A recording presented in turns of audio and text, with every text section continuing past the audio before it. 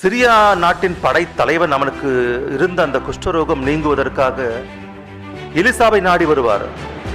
ஐயா, இது போல என்னுடைய வீட்டில் இருக்கக்கூடிய பணிப்பெண்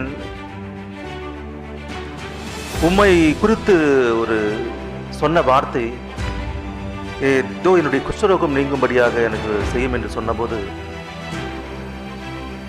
அதை எலிசா குணமாக்குவார். ஆனால் எலிசா குணமாக்கியதற்காக பரிசுகளை கொடுத்தாலும் அதை வாங்காத எலிசா, ஆனால் எலிசாவின் சீஷன் இன்னொருவன் இருந்தான். எலியாவின் சீஷன் எலிசா நல்லவர், வல்லவர். ஆனால் இந்த எலிசாவின் சீஷன் எலிசாவினிடத்தில் எதற்காக இருந்தான் என்றால் லாபத்திற்காக. தேவனிடத்திலே இருக்க வேண்டியது லாபத்திற்காக அல்ல, ஏதோ பிழைப்பிற்காக அல்ல.